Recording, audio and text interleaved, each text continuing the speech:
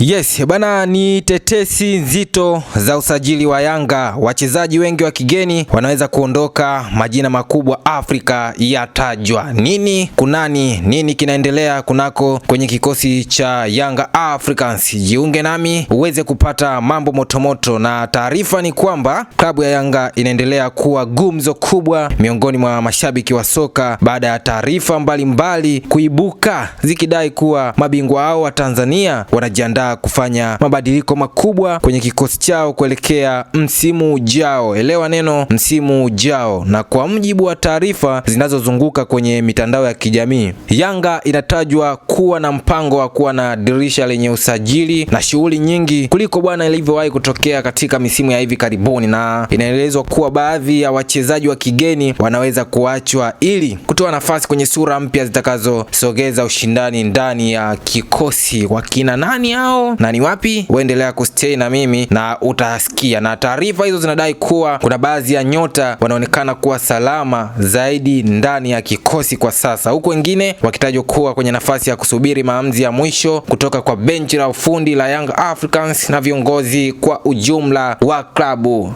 Pia bwana, kumekuwa na mjadala mkubwa kuhusu mshambuliaji wa Young Africans. Nani huyo? Huyo bwana sio mwingine ni Pacome Pedro Zouzoua, raia wa Ivory Coast, ambapo baadhi ya wachambuzi wa soka wanaamini kuwa hata yeye anaweza kukumbana na ushindani mkali endapo Yanga itafanikiwa kupata wachezaji wapya wa kiwango cha juu katika eneo la ushambuliaji. Na kinachozidi kuwavutia mashabiki ni taarifa zinazosema Yanga imepanga kusajili kati ya wachezaji 6 hadi 7 wa kigeni. Elewa hapo, wachezaji 6 hadi 7 wa kigeni. Hii imekaaje? Bwana, endapo jambo hilo litatokea, litakuwa moja ya maboresho makubwa kuwahi kufanywa na klabu hiyo katika kipindi hiki kifupi. Na bwana, vyanzo mbalimbali vinaendelea kuwa na kudai kwamba baadhi ya majina yanayofuatiliwa na Yanga ni ya wachezaji wenye uzoefu mkubwa wa michuano ya Afrika, jambo ambalo linaonyeshwa dhamira ya klabu hiyo kutaka kufanya vizuri zaidi katika mashindano ya kimataifa, hususani ligi ya mabingwa Afrika, CAF Champions League. Hao ni wananchi Young Africans, wao wameamua bwana, hawataki longolongo, hawataki nini, ni mambo tu ya kufanya sajili mpaka wapinzani waseme. Na hata hivyo, hadi sasa kuna taarifa rasmi iliyotolewa na uongozi wa Young Africans kuthibitisha au kukanusha madai hayo, na mashabiki bwana wanaendelea kusubiri kwa hamu kuona ni nyota gani wataendelea kubaki na ni nani watakaoondoka wakati wa dirisha la usajili litakapofunguliwa rasmi. Bwana, mimi nakuachia swali wewe mtazamaji ambaye unaendelea kutusikiliza kupitia platform mbalimbali zetu ikiwepo Facebook, Instagram, kule YouTube. Swali ni kwamba, je, Yanga kweli inaenda kufanya mapinduzi makubwa ya kikosi?